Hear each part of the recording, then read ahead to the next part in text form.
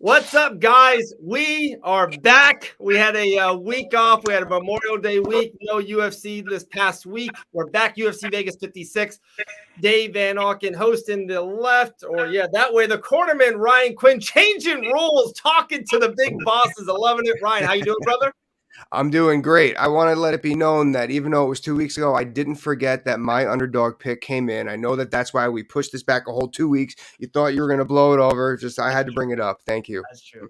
Well played, Ryan. And then underneath how about the 5-0? We didn't even congratulate. We didn't have a whole Elle Wagman show, a ruthless rear naked choke. She looks better than ever. Wasn't even touched. Still undefeated. Elle Wagman, how you doing, kiddo? I'm doing great. Yeah, no bumps and bruises here. Dude, you can fight this weekend. Maybe Aaron Blanchford might drop out at 125. You versus JJ. Let's go. Hey, now I'm not that heavy. I'm eating a lot of pizza, but I'm not that heavy. I hear you. But no, you look great. Your performance was awesome. I kind of watched it twice. It wasn't that long, so you can watch the fight twice. But congratulations all in all, 5-0. Yeah, congratulations again, Al. Thank you guys so much. All right. Well, you know why we're here. We've been doing it. I think this is 7, 8, 9 times. Ben and Bananas, UFC Vegas 56. Next week, a humongous pay-per-view triple main event. We'll get into that with Joanna and Wade Lee and Valentina, Glover and Yuri. But this week, heavyweights in the main event, a stacked card. We got 12 really good fights, a lot of talent on this card. Let's go with the best bet. Let's start with the star of the show, Elle Wagman. What is your best bet on UFC Vegas 56? So my best bet is Karolina Kowalkiewicz to win by decision. Okay. I've been training with KK over the last few weeks. Style-wise, she's beat Felice before. And I know it's been years. I know she's on kind of a skid, but the style matchup of this fight, I think, is a great matchup for Karolina. Felice Herrig I honestly thought she was a grappler. And I'm looking at different betting lines and different people's posts, and everybody's talking about her as a striker. And I was kind of shocked to see that. If we're comparing the striking of Felice Herrig to Karolina's, I don't think it's even close. And even in the grappling department, Felice isn't really a heavy wrestler to the legs, and you do not want to Karolina. She's nasty with those knees, nasty with the elbows, and she has great takedown defense. I love it. Elle, it's I really like how you brought that up. Sometimes it's about matchups, especially in MMA and in fights, and a right matchup can sound well. So that's a very good call on your end. Ryan, what is your best bet on the board for UFC Vegas 56? Man, I tried getting really creative with this one, but every time it just brought me right back up top. First fight of the night, Aaron Blanchfield versus JJ Aldrich. I just have that one going a decision. I just can't see that being a finish in any way. So I would bet the over on that. Just, Aaron, she's had tough competition. Her one loss was really tough. And JJ's another one. She's got a lot of experience. However, I just think Aaron's just going on the up right now. And so I think when you got that, you just got to that friction just going all the way. I do feel Aaron's going to win, but overall, that's an over fight all the way. Okay, no, I like that as well. We're there in that fight, so let me go before the underdog. I like Aaron as well. I think she's actually a sleeper in the division. That division with Macy and with King Casey O'Neill, I felt like, and Miranda Maverick, bigger, younger names in the 125-pound division for the females. I think Aaron's kind of been a little bit overlooked, but I'm just going to throw this out there. She's getting close to a minus 500 versus JJ Aldrich. I talked with Jillian Roberts today. JJ is no slouch. She's on a roll now. She's got her UFC rhythm.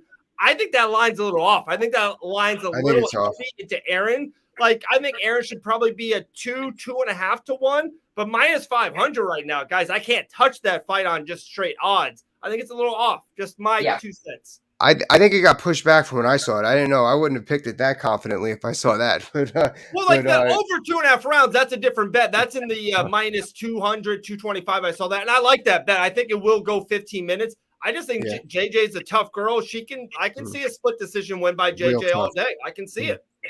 After what Aaron did to Miranda, Miranda has decent Muay Thai as well. I know JJ's got great range control, but I think Erin's going to have, I think she's going to be able to have her way with her once she gets to the clinch and I think she'll be able to get down as well. Okay, I like it. I like it. Let's talk about underdogs right here. There's a lot of live dogs on this card. There's maybe even one in the main event. Let's see if you guys go there. Elle Wagman, take it away. What's your best underdog play on UFC Vegas 56? My best underdog is actually Alex Da Silva. Man, I think that Joe Solecki is a super overrated dude. I gotta be honest. I know like everybody talks about his grappling, but man, he got outworked, out grappled, out everything by Jared Gordon. And if you look at who Alex Da Silva has fought in the division, he had a super close fight with Brad Riddell. And he was taking Brad Riddell down and wrestling him all over that cage. I really think that, and Brad has danger factor too. Joe Solecki does not have a ton of danger factor on the feet. He is not a big finisher. And so if you're shooting on Brad Riddell and you're able to take him down repeatedly through that first round when there's a lot of danger, I think he's going to easily do the same thing to Joe Solecki. Ooh, okay. I did not see that in the cards. I like it. Elle Wagman, underdogs play. Alex Da Silva, okay. Ryan, where's your underdog? What play do you like at UFC 56 on the plus side? Yeah, I like Nicholas Stolze over Benoit Spintanis. This one I thought was a little bit tougher, but I like to stick to, especially if they're an under, when a guy got robbed in his last fight. And I felt that Stolze kind of did get robbed in his last fight, and that's projecting a little bit of a different angle going forward here. He's a finisher, although Benoit's extremely durable. So, like, I'm not calling any finishes, but he's a little bit bigger. He's had a pretty tough paper route. And I just like it. I just really like it. He's had a lot of tough fights in the UFC. He's obviously going against a durable guy who's a favorite, but I think that he's going to edge him. I like that. That's a good call right there. Now, the last thing I saw, Nicholas is a plus 135, so that's still a live dog. I like that as well. I think that's a great point. Anytime any casual fan will look at Topology and they'll look at a loss and then a win, a loss, but they really maybe hasn't remember what happened in the fight. And if you think, he got robbed and that should be a W on Topology, that goes a long way in the betting odds. So I think you nailed it. I think that's a good one for sure. Okay, we're going back to our 3-fight parlays. Elle Wagman created this, now in 3-fight parlays off the bat a couple times. Elle, where you going? Where 3-fight parlay you like on this round? Stick with Carolina in the over for my first leg. I just think style-wise, she's a tough matchup for Felice. Then I'm also adding Erin Blanchfield to that as well. I know the odds were crazy for a straight bet, but she's a really good fit in this parlay. And then I actually have Rozenstruik as my other underdog in that parlay as well. Woo! So there's the Rozenstruik play. I like it. We'll get into the main event in a little bit. Ryan, where are you looking at? What's your 3-5 parlay looking like? All right, first up top, I got Tony Gravely over Johnny Munoz, ATT guy. 2 losses in the UFC are tough. Again, going with the experience here. I just really like him in that fight and a grind. Next here, actually, I'm going to break my own rules a little bit. You're going to hear me say size a lot in a couple of these, in the previous one too with the underdog, I believe. I think that size plays a good factor in a lot of these. I got Damon Jackson over Daniel Argueta. Now, Daniel, he's a real tough up-and-comer, but Damon seems to have found his second win in his career. I've grappled with Damon. He's got sick grappling. He's not the most athletic fellow, but I think the fact that he's bigger here is going to play a fact in that. It's going to help him in that advantage, in that athleticism. He's had a lot of good wins last week. He beat Charles Rosa. I forgot who he beat his last fight, but he's really stringing them together. Really like him in that fight, so that's Gravely. We got Damon Jackson.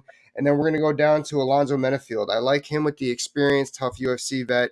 Askar Mouskanov, I forget his name. He's kind of a little bit of an unknown.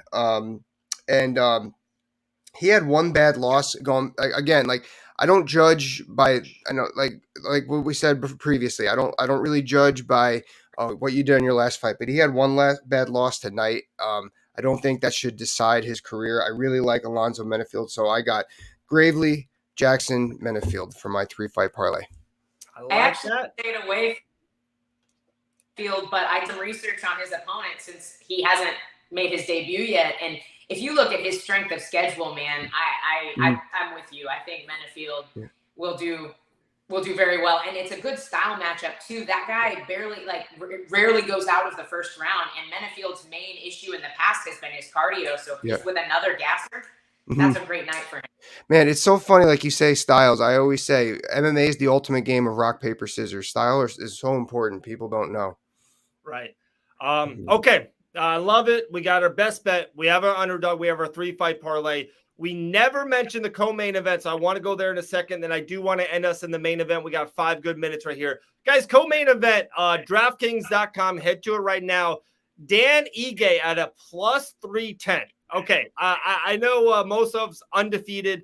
I know he's 15-0. I know he's been training at ATT lately. Maybe you guys have some dirt. Maybe you guys have some good things about him. I know he's a stud, but Ige's been in wars. Ige's been in main events. Ige's fought the toughest of the tough. And the same thing, just as a betting aspect, if you have to tell me pick the winner, I go with the undefeated guy as well. But at plus 310, I'm leaning Dan Ige on a betting side. What do you guys have to say about that? The only reason I stayed away from Mofsar is because the odds are just it's wild. I can't see Ige. Most is a machine, dude. He blows my mind. We're in like the middle of Ramadan. This dude is training 3 times a day, can't drink water, can't eat food, and is still outworking most of the room. The dude does not get tired. He has an incredible shot. Mofsar is an animal, dude. Okay. What do you think about that, Ryan? Is it bettable on the odds, or is it something like what Elle just said? Like sometimes you just can't bet on a fight. I'm leaning on Elle here. Mozart's a stud. You know, he was there towards the end while I was there, and he's a stud. I've seen the sacrifice. I would stick with that all the way. Okay. Hey, you guys talked me out of the Dan Ige, but you talked me out of the $20 putting on Ige. Hopefully we're good. Main event, guys, Rozenstruik and Volkov. I was actually surprised when I saw the odds. I thought Rozenstruik would be the favorite. He just, to me, has the bigger name. He has a nickname. He's been in really high-level fights. He's just one of those guys, if you look at his record, he kind of beats everyone except for that top echelon of guys. So I was leaning Rozenstruik, but the things I've been hearing this whole week, a lot of people are on Volkov. He's the favorite. He's minus 150. He had a really bad showing from Tom Aspinall, and he's still the favorite. So what do you guys think about this main event? Which way you lean in? It looks like, Ryan, you got Elle, you got Rozenstruik in your parlay, so it looks like you're really leaning Rozenstruik here. Yeah, I was looking at some of the other lines as well, and Rozenstruik hits freaking hard. Volkov's chin has been tested in the past very recently and doesn't always hold up, as we've seen. The dude's getting older. He still has that really great range control, but his volume is starting to deteriorate. And as you see his volume go down, he's going to do less well against guys like Rozenstruik who choose to walk forward and throw those power shots. How about you, Ryan? Oh, yeah. I mean, the way I think of Volkov is like the train's just coming off the tracks. Like, I'm not even like fight to fight. I'm talking like round to round. Just slowly, he's like unraveling, it seems. And I feel like Rozenstruik, he's going to start off with straight right hands, and then come the second round, he's going to throw the head off line, and you're going to see a looping right just really just break everything apart. So I got to go Rozenstruik. Okay. And the thing I've been learning as much as talking about it and being inside this MMA bubble that we're in, past experiences really can tell you the future, and tell me that Rozenstruik has had this 5th round kind of knockout win, and Volkov has given up a 5th round knockout win to like a Derek Lewis. He gives up late round wins. So even if the fight's not going Rozenstruik's way, maybe he's down 1 round, maybe he's down 2 rounds, but rounds 3, 4, or 5, I think Rozenstruik can still get the win, the knockout late, and Volkov will still give up that knockout late. I think it's just one of these, like you said, a meeting of matchups. It doesn't work well for Volkov. I like Rozenstruik a lot, and plus money as well as an underdog play. I think Rozenstruik's a strong play. There you have it. Any icing on that? Absolutely. I think that was it. I think we nailed it. We just boom. Set. Take your $20 and put it on him or buy a Yeah, burger. I'm gonna keep the Ige money. I'm gonna roll that over to the Rozenstrike money. Guys, unbelievable. Bet Bananas 56. And we'll leave it at this. The last thing, how great is Obi-Wan Kenobi right now on Disney Plus? Oh, It's it's so unbelievable. good. It's so good. Unbelievable. Oh, dude. Dude, I'm between gonna that and roll- Stranger Things. Grant aren't sold yet. Oh, whoa. Grant and Elle's not I sold on actually- Obi? I haven't gotten into Stranger Things. Not You know, sure I like it yet, man. Did you watch episode 3? Of Obi-Wan? I haven't watched the third episode of Obi-Wan yet. Oh, Elle, you're freezing up on us a little bit. Man, like this kid is supposed to be a 10-year-old kid. I won't know. I know. I'm using the force on your BS that you're not buying it, and I'm freezing your computer. Have you guys seen the second episode of this? Episode 3? I haven't seen 3, so don't. I haven't seen 3 yet. I'm waiting till Friday. But you've seen 2. Yes, I've seen 2. Yes. Okay. Yes. So the Inquisitor is dead because he's in Rebels. There's no I don't know. There's no suspense there. I'm completely dead. It's not bad, but it's not as good as both. It's not on that level for me just yet. The scene where he goes in and he rescues Leia. Sorry, spoilers, but this is last week, so if you guys haven't watched it, that's on you. But that actually happened. I was there. No, that actually happened in the books and stuff. That was a real thing. That really happened. But no, I love the direction it's going. I think it's great. Man, we will roll. It's just I have mixed feelings. Hopefully we make everyone money. And then I'm telling maybe guys, we might have to start we might have to add Cody Law. We might have to add our guy Grant Dawson. We might have to add a Star Wars, just sit down and just chat. Maybe after these Obi-Wan Kenobis, just a 30-minute chat. Well, it'd be bananas. Oh my God. Elle, I forgot to tell you. So when I did the interview with Grant, and I didn't realize till I watched the interview that he put Jedi Dawson on there. I'm like, oh my God, I missed the whole conversation. Come on, Ryan. All right, guys. That's the _MMA. Follow him on IG. Watch all his videos on YouTube. He had a great conversation with Grant Dawson. You had a great conversation with it's a boxing judge, right? That's what it is. He's the head of the Mohegan Sun Athletic Commission, and he's the president of Associations of Boxing Commission. So he actually was one of the writers of Mixed Martial Arts Rules back in 2002. That's a long time ago. Cool. Underneath the undefeated, don't know how to lose, 5-0, one championship. Call this woman the ruthless Elle Wagman. Give her a contract with a lot of freaking zeros at the end. Elle Wagman, thank you so much. This has been Ben and Bananas. We'll talk to everyone soon. Later, guys.